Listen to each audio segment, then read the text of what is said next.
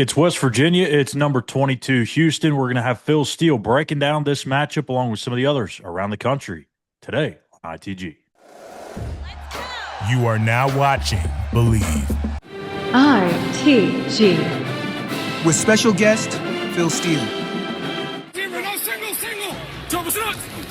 Author of the College Football Bible. He can see things before they happen. It's a Jedi trait. All you gotta do is bet on the winner and you'll never lose. Mountaineer Nation. You are in the gun. Hey, a real pleasure being on. Thanks for having me on the In the Gun podcast. Hello, everybody, and welcome back into another episode of In the Gun. I'm Schuyler Callihan. That's Jed Drenning. We've got West Virginia and Houston to break down here even further. If you haven't already checked it out, go back and watch our preview episode from yesterday. We break it all down. We've also got barbecuing in the beer truck. Another episode of that's gone up, so make sure to go back and look at some of those episodes. And you can go back and look at all the barbecuing with the beer trucks as well. Before we get started, a quick shout out to all those that make this thing roll, and we're going to start with Toothman Ford. We all know cars cost less in Grafton. Go see what JR and company have down there in store for you. To Fortis and Rick Lewis for roof performance and financial certainty guaranteed. Make sure to visit fortis.us.com. To Johnston Equipment, go see what they have in store as well on Route 33 between Weston and Buchanan, or you can also check out their website, JohnstonEQ, that's with a T.com, to see what new and used inventory they have. And to our newest friends of the show, the Book Exchange. Get all your Mountaineer and WVU apparel at the Book Exchange, and be sure to use that In the Gun 20 promo code to get that 20% discount. So, Jed, let's start here before we get into some talking with Phil, a little bit more about this Houston matchup and what intrigues you. Well, again, we're talking about trying to strike balance. We threw the football, and we'll talk about this more later, 41 times against TCU and had some success in doing so. That's the good news. The bad news is we barely ran the ball for 40 yards. We didn't move bodies. We didn't have any success on the ground when we needed to. And even since the Ty Edwards injury following the Pitt game, we really haven't had much production from the running back room in the run game. Yeah. When we had success in the run game, it's been out of the quarterback spot. So what you're trying to do is strive towards some level of balance. Now that we have found a pass game, let's try and build on that. But if you can do both at the same time, you're going to be better served offensively. So I'm asking myself, against a Houston defense that ranks fourth in the Big 12 against the run. So I've watched a lot of Houston tape this week, and there were three teams that had more success than others running the football against this Houston defense. One of them, not surprising, Texas Tech, one of the better rush offenses, one of the more well-rounded offenses in the Big 12. And they have the ability with those big body guys at the point of attack to push people around. They ran for over 200 yards. That's the only team to do so against Houston this year. But when you look at the others, Rice, who has one of the better rush offenses in the American Conference, ran for 177 against Houston, and kind of everybody pitched in that effort. And then there's Oregon State. Oregon State, who hasn't been a juggernaut on the ground this year. They're averaging barely 130 yards a game on the ground, but for what they did to Lafayette with 365 yards last week. Outside of that, the 189 yards rushing they had against Houston was a season high. So Houston, yes, it's been consistent in kind of corralling the opposition's run game, but there have been some teams that had some success, and all of them had a couple things in common. It was a combination of zone and gap scheme, and they were able to move bodies right at the point of attack. And Houston has two big fellas now right there at the point of attack that we're going to have to move, and they're very active on the second level. So I just wanted to get your thoughts on what West Virginia might be able to do to try and uncork, whether it's Dior Hubbard or someone else in that running back room, to provide something we haven't had for a long time, and that's production from the running back room in the run game.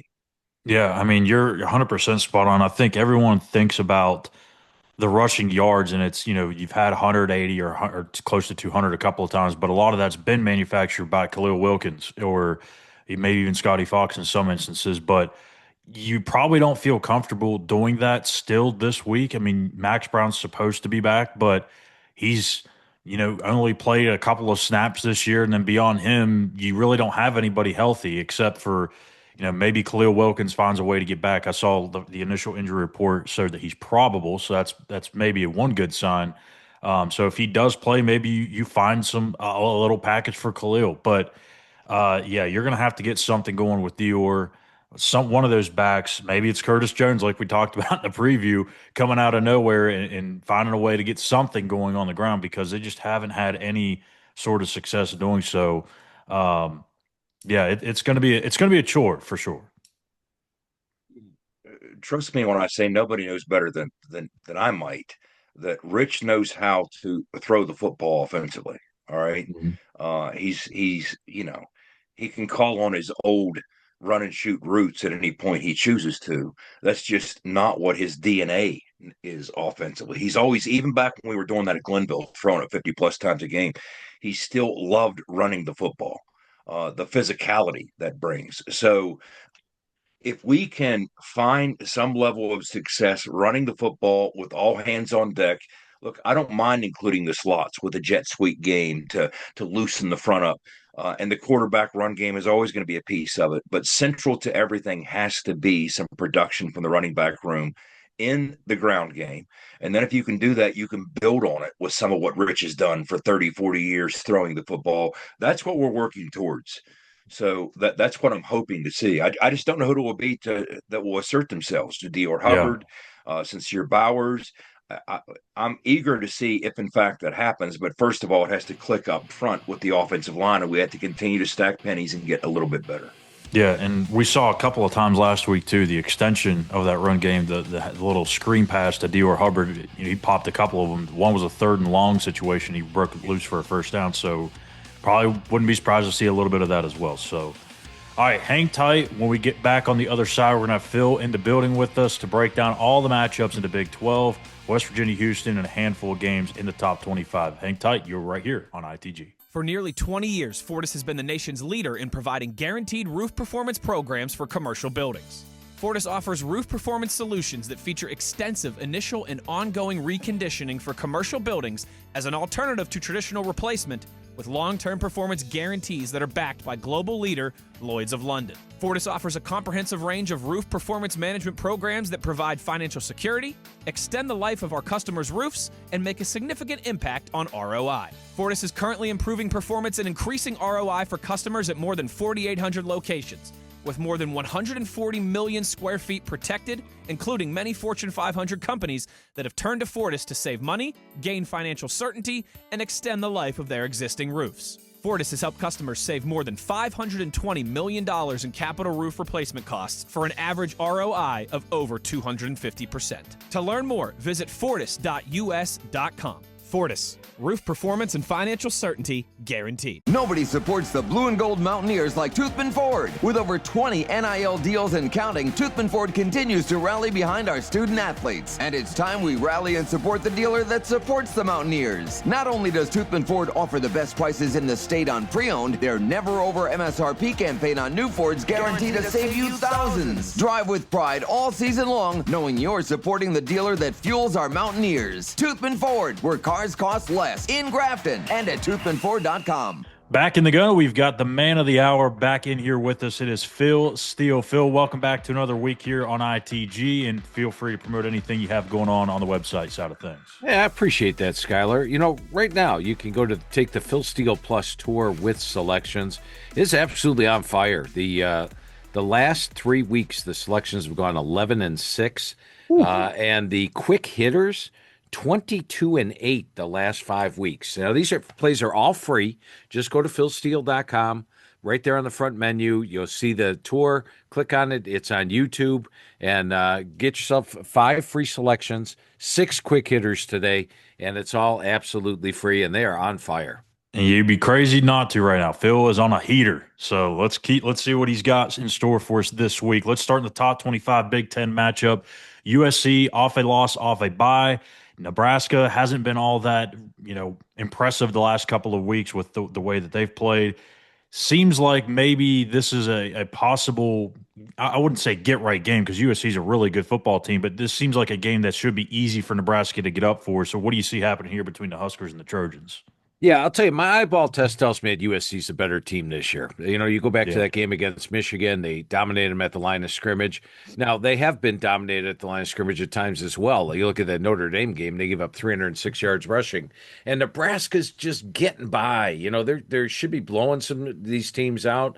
They even lost at Minnesota, gave up 9 sacks. But this game is at night. Matt Rule's fired up for it. Nebraska's at home, and they do have good talent. I like Dylan Raiola at QB. Emmett Johnson just rushes for 100 yards every single game. They don't have a great run game, but they do have Emmett Johnson. And when you look at USC, they don't travel well. They're actually 1-14 straight up and against the spread when going into the Central or the Eastern time zone. So they have struggled coming east for a long, long time. You got a fired up night home crowd, and you're getting almost a full touchdown at home. I like Nebraska in a potential upset here. Well, let's jump to the SEC. We got Vandy at number 9 in the country, a top 10 Vandy team on the road at number 20 Texas. Part of me still wonders how Texas is still ranked, but Texas does have the third ranked defense overall in the SEC. And in home games, they had the number 1 ranked defense in the SEC, allowing just 214 a game. That sounds impressive unless you look at who they played at home. Diego Pavia, they got the Cinderella season cranking. I mean, is this going to continue on the road in Austin? Jed, if you watch last week's football games and the last 2 weeks' football games for that matter, with Texas barely surviving against Kentucky, they got out first down 26-8. And then last week they trailed Mississippi State by 17. Vanderbilt, meanwhile, was taking care of business at home against both LSU and Missouri. Clearly 2 games they deserve to win. Diego Pavia, just an amazing quarterback. He just does it sheer will and determination. Great story. However, the last time Texas was at home was actually way back in September 20th. So they are actually going to be fired up for this home game. They were at Florida, Oklahoma, at Kentucky, at Mississippi State. I think we're going to see a different Texas team. Now, that Texas defense was super disappointing the last 2 weeks, giving up 26 and 25 first downs, but I do think they will be better at home. Arch Manning, of course, questionable for the game. It could be him or Matthew Caldwell, but I still think Texas has the talent, the home edge, and the spread is ridiculously cheap. I think last year when these two played, Texas was laying 17 on the road. Now they're laying less than a field goal at home. I like Texas to come out of here with the win. Sticking in the SEC with a top 20 matchup, we have number 18 Oklahoma, number 14 Tennessee. Obviously, the Sooners haven't been the same here, Phil, since John Mateer came back from that injury, and they really haven't had a vertical pass game. So that's kind of a little worrisome going into a matchup like Tennessee, where you're going to have to score points. And Joey Aguilar, I mean, he's put up some chunky numbers this year, especially last week. Almost threw for 400-some yards against Kentucky. But I don't know how much you can make out of that. So what do you see here with the Vols and the Sooners? I think it's going to be a great football game, one of the best games of the weekend. And as far as Mateer's downfield passing, the good news for him, he's taking on Tennessee secondary, and Tennessee secondary gives up a lot of passes. Georgia threw for 300, UAB 371. Last week, Kentucky and their moribund offense threw for 330 yards. So I think we will see John Mateer finally play that game. Oklahoma has a large edge on the defensive side of the ball. They're holding opponents 131 yards per game below their average. But it's Tennessee at home at night with the better offense. I will say their offense much more stable. You look at Deshaun Bishop at running back, Brazil at wide receivers, one of the best and more underrated wide receivers in the country, and of course Aguilar at quarterback. So I think it's going to be a great game. Come down on the wire, coin flip game. Should be one of the best games this weekend to watch. Well, let's jump to the Big 12 where they play real football, right? And now let's look at this UCF on the road in Waco against the Baylor Bears. This is kind of an intriguing game in the sense that there's a lot of interesting matchups in this. When you look at the success that UCF has had running the football, third in the Big 12 on the ground against a Baylor defense that's 15th in the Big 12 against the run. That part of it would seem to favor UCF. And now let's look at the pass game. We all know the high-flying Bears with Jake Spavital love to play pitch and catch. They lead the Big 12 in passing offense. But at the same time, UCF leads the Big 12 in passing defense. I think Baylor's giving 3.5, maybe. What do you see unfolding at McLean Stadium? Yeah, when I look at this game, Jed, Baylor's one of the more disappointing teams in the Big 12. And the surprising thing, like you mentioned, defensively with Dave Aranda, that they have really struggled to stop the run, just stop anybody, actually. They're allowing opponents 61 yards per game above their average this year. Meanwhile, UCF's defense holding opponents to 77 yards per game below their average. Now, Baylor has taken on the tougher schedule. They are at home in a must-win situation. And the only two times UCF has traveled this year, they went into Cincinnati and lost by 9. They lost by Kansas State by 14. At the start of the year, I would have had Baylor about a 17-point favorite in this game. They're only laying 3.5. I just got to think Dave Aranda is going to get this team playing better this week. So I'm going to lean with Baylor minus the points at home, but it is scary the way they've been playing. Phil, let's move to Arizona State and Iowa State. A couple of teams I think a lot of folks had potentially in that Big 12 title race mix at the beginning of the season. Arizona State's been a wild 3 weeks for them. They go getting crushed by Utah, then they beat Texas Tech, and then last week they lose a one-score game to Houston, even though Houston had a big lead early in that game. And then Iowa State, what a disappointment it's been for them the last 3 weeks, losing to Cincy, Colorado, BYU. For some reason, though, Phil, it seems like every year Iowa State hits a wall. It feels like they're about to crumble, and then they go on a tear. Do you feel like that could happen again this year for the Cyclones?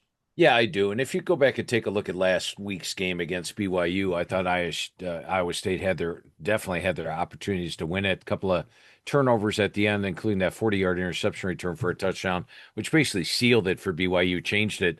They had a 485 to 410-yard edge. They out first down BYU 24-17. And I think the key is Matt Campbell. Matt Campbell last year had a banged-up defense. And as you mentioned, Schuyler, they hit a wall. They lost to Texas Tech. They lost to Kansas.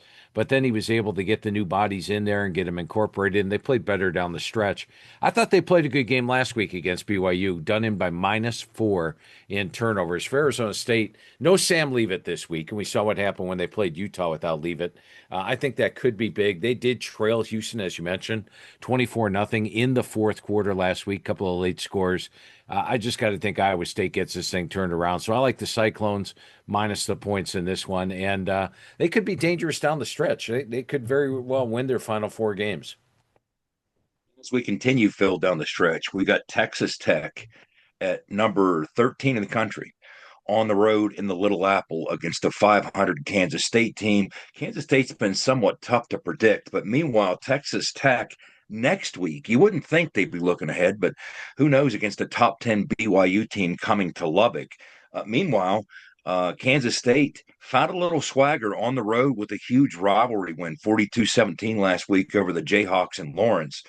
Do you think there's any danger for Texas Tech stepping into this? Is this going to be an old school Chris Kleiman swell up and play physical football and really test you kind of game? Well, Jed, there's 2 different Kansas State teams this year. There was the Kansas State post-Ireland team, which we saw Florida State last year never recovered. And when they came off of Ireland, they just never got healthy, never got rested.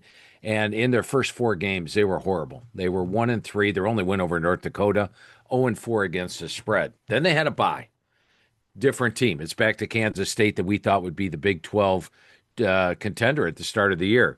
They knocked off UCF at home by 14, a game they led clearly throughout. The Baylor game, you look at that one, Kansas State makes a field goal, Baylor makes a field goal, Kansas State misses a field goal. They were this close to beating Baylor on the road and had 501 yards in the 30-25 first down edge. Took care of TCU by 13, took care of Kansas. I think this is the Kansas State team we thought has been playing the last 4 weeks, and they are very dangerous. Be very afraid, Texas Tech. And Texas Tech without Will Hammond to fall on if Baron Morton gets injured again in this game, I think Kansas State pulls the upset here. And I think you throw away those first 4 weeks. Just look at how they played the last 4 weeks. This is not a 500 team. This is a Kansas State team that's a legitimate Big 12 contender, like you thought they would be prior to the season. Yeah, and let's go to that rival with Kansas. They're taking on Oklahoma State this week, a get-right game for them. Phil, for the second straight week, I'm picking against Oklahoma State here in our weekly Big 12 picks, where I'm picking the highest scoring team in the Big 12. So tell me that I'm going to be right here with Kansas putting up a half 100 on Oklahoma State. That's a pretty good call there, Schuyler. I mean, just pick against Oklahoma State, and in the era of the transfer portal, Oklahoma State is a transfer portal team this year, much like West Virginia. They brought in a ton of players after spring as well as prior to the spring, and now that the season has gone awry and they have no hope whatsoever, they don't even have a head coach; they just have an interim head coach. You got to think that all these mercenaries they brought in probably have checked out. And, last week they didn't play a horrible game against Texas Tech. I mean, 42-0, yes, but it wasn't as big a blowout as you thought it would be. They only gave up 370 yards in that game. But this is a Kansas team that needs a big win. They've got Jalen Daniels. They're at home in their new stadium. They're going to be fired up for this one. You just have to pick against Oklahoma State. I think since the start of last year, they've just covered 1 or 2 games. Yes, I think Kansas lights it up on the scoreboard, and you got to like Kansas minus the points here. Arizona on the road at Colorado. Noah Fafita's doing Noah Fafita things. 17 touchdowns, not putting the football in harm's way, only 4 picks. On the road against a Colorado team that, and you talked about this, Colorado was sneaky competitive for quite a while in some of these games against BYU or TCU, Iowa State even.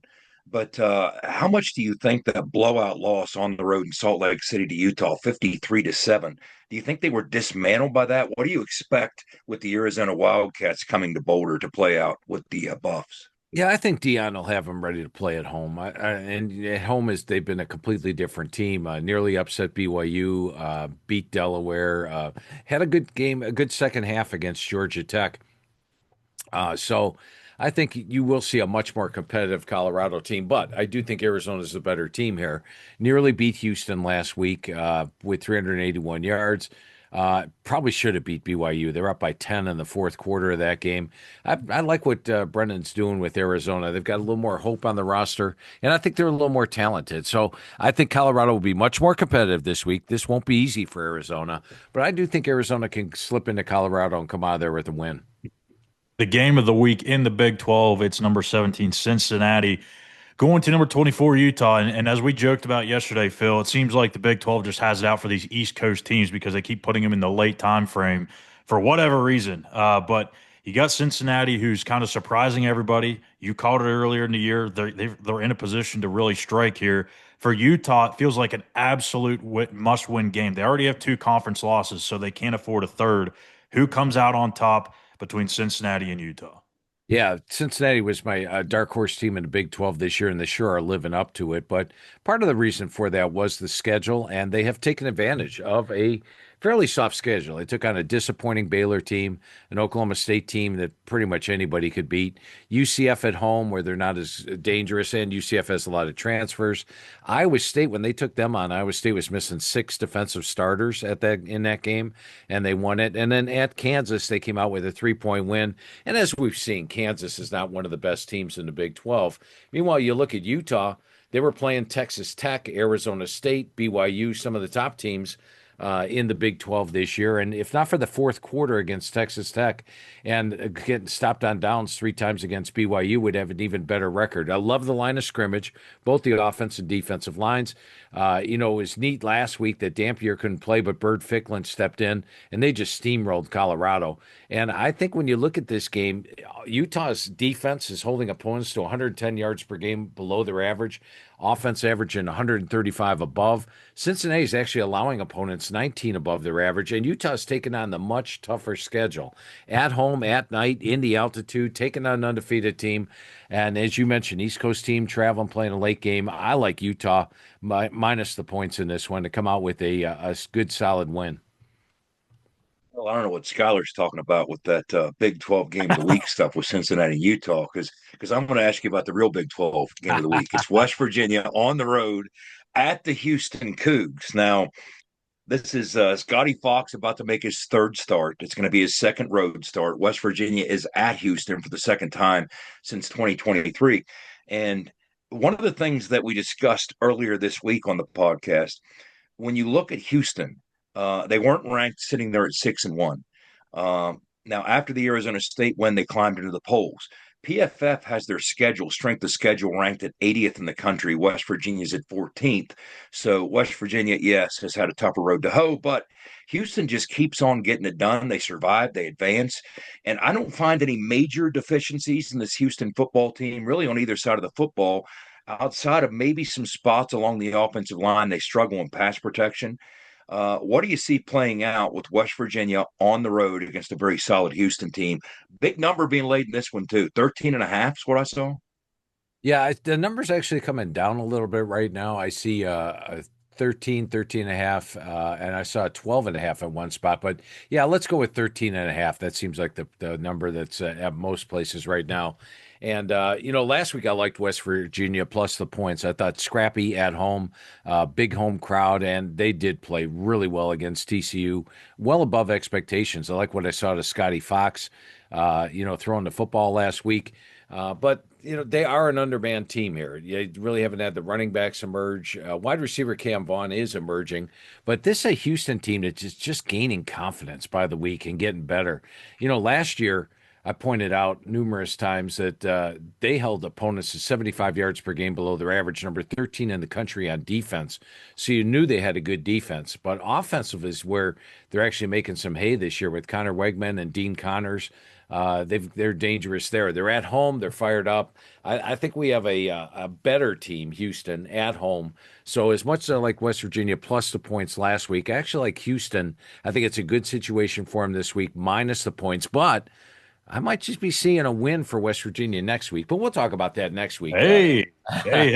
Okay, so before we round things out here, Phil, let's see if we can find a way to find a magic recipe here. If they can conjure up enough on the offensive end, what's the magic recipe you think this week for WVU if they can find a way to go and beat Houston?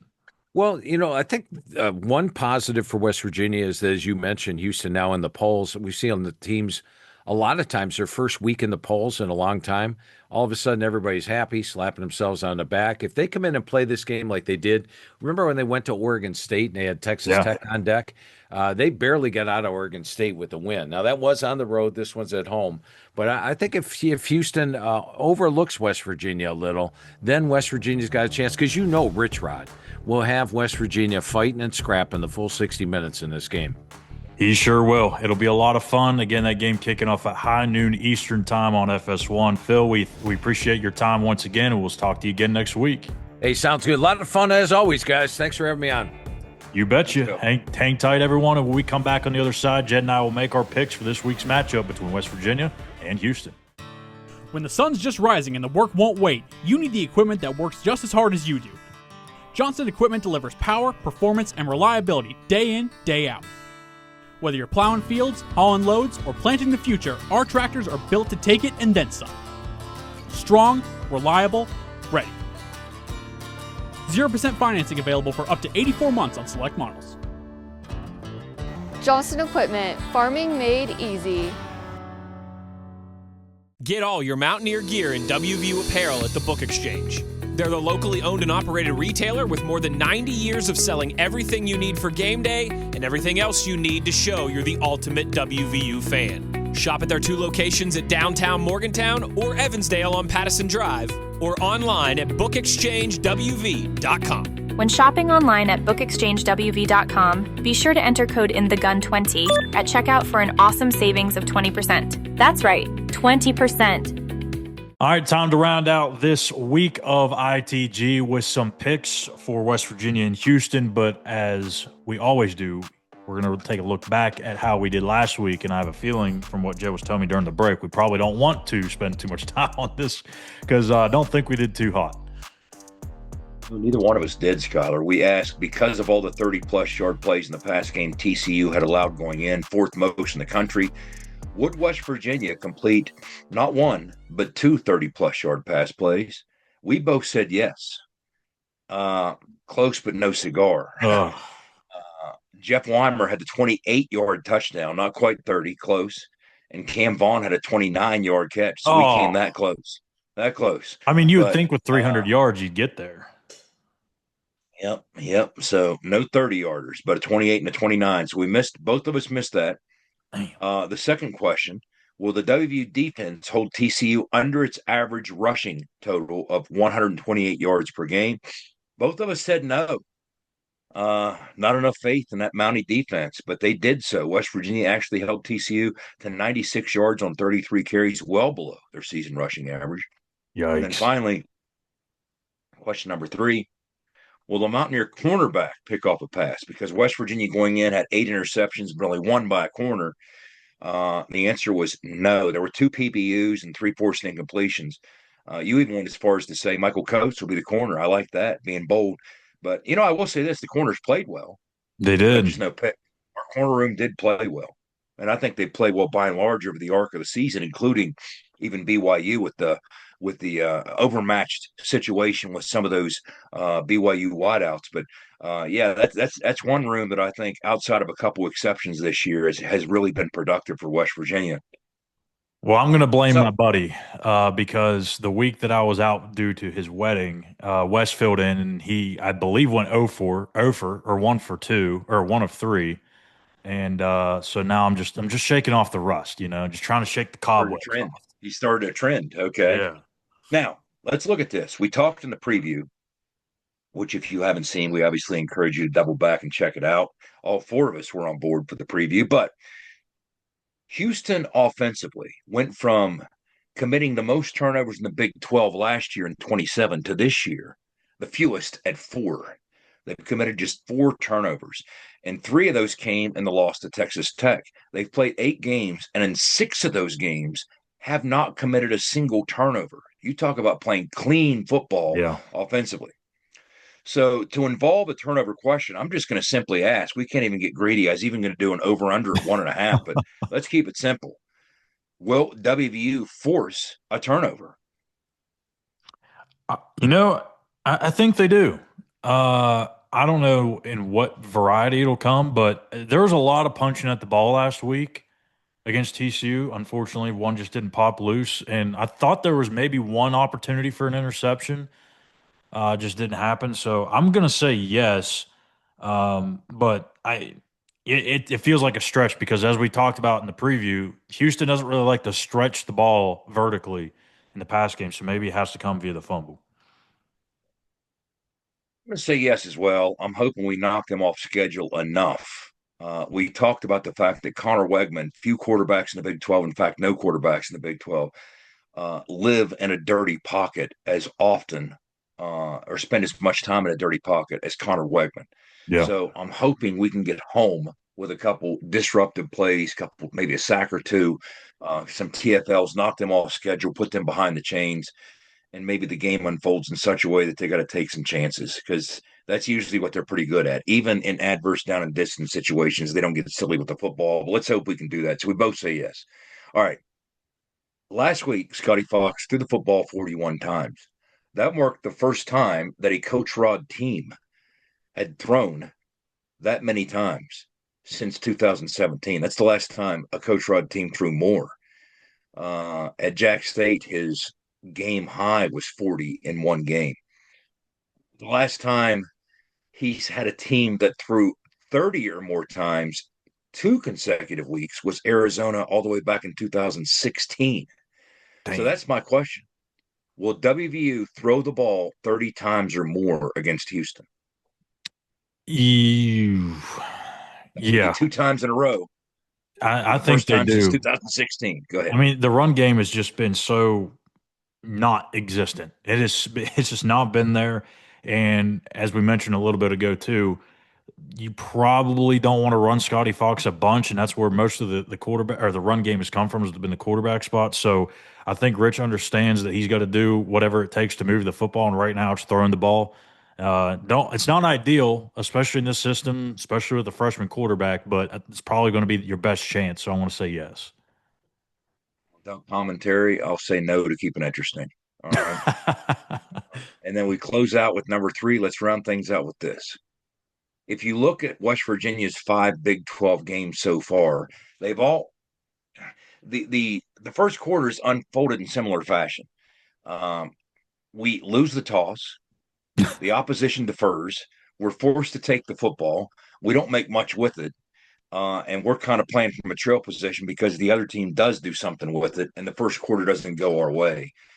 We've talked about our struggles to even score in the first quarter. The last time we did so was all the way back against Ohio U. It's the last time we had a lead in the first quarter. Look at 5 opening possessions in those 5 Big 12 games, and that's what the question is going to turn on, Schuyler. We have punted 5 straight times off that opening possession. In fact, we have 3 3-and-outs. Against UCF, we had a penalty and then 3 plays and a punt. So there was a defensive pass interference that gave us a first down, then 3 plays and a punt. Against Utah, we managed 24 yards. That's when Jalen Henderson got to start. 24 yards, and that kind of, petered out, and we had to punt. So the question is this, number 3. Will the game start with WVU getting the ball first, then punting? Simply. Yes or no? When's the last time they won the coin toss? Was it backyard brawl? It might have been. I mean, I don't have metrics on the coin toss. So what I do is I can just see who gets the ball first. And I don't remember somebody saying we win and we'll take it. I don't remember recently that happening. So I'll put it this way. Whenever West Virginia gets it, whether it's first or second, I would expect that trend to continue. Another punt, I don't know what it is. Drive starters or game starters, I guess you could say, just haven't been there. And this is a much better defense than what West Virginia saw last week against TCU. So I think it's going to take a little while to get settled into this one. And it kind of did last week too, if you think about it. There was 2 failed 4th down conversion opportunities, and you had a short field set up. So it took a while for that offense to really get going and feel comfortable. I think it'll be the same again. So you're saying yes? Yes. I'm going to say no because, again, listen to the question. You have a little wiggle room here. Will the game start with WVU getting the ball first, then punting? And that can also mean we win the toss and defer. True. So if the other team gets the ball, as long as it starts some way other than us getting the ball punting, even if the other team gets the ball and scores or punts, that's still a no. So I'm going to say one of a couple things will happen. Either we're going to win the toss and we're going to defer and the other team gets the ball, or if we do get it finally at long last, we muster a score on that opening possession. So I'm going to say no. I like the odds of having multiple possibilities in my favor there. So there you go. This is 3 for this week, and we'll revisit next week to see if we can break our trashy trend that we've been on. So if West Virginia punts, I'm going to go ahead and take a half a point. Just that way, I was kind of right, kind of not. Couldn't really control the coin toss. So you're trying to wiggle your way in there. I see what you're doing. All right. So that's going to do it. That's a wrap for this week's shows here on ITG. Make sure you go back, check out Barbecuing with the Beer Truck, another great episode from Big O. We also have the preview show. Make sure to put your comments in the comment section of the preview. 3 separate ones for the 1965 throwback question of the week for your chance to win that nice old gold helmet. And what else are we missing here? If you go to the book exchange, In the Gun 20, we've got basketball tipping off, I should say, on Tuesday night. So if you want some basketball gear, go check out what they have in store and use that In the Gun 20 either in the store or online to get your savings. So that'll do it for us this week.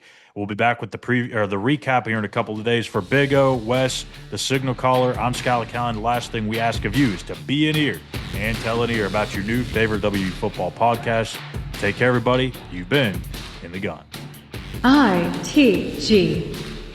The fun doesn't have to stop here. Be sure to hit subscribe and never miss an episode. If you have any questions, suggestions, or feedback, be sure to follow us on X at In the Gun Podcast. Join us again next time. Until then, tell an ear to tell an ear about your new favorite WVU football podcast.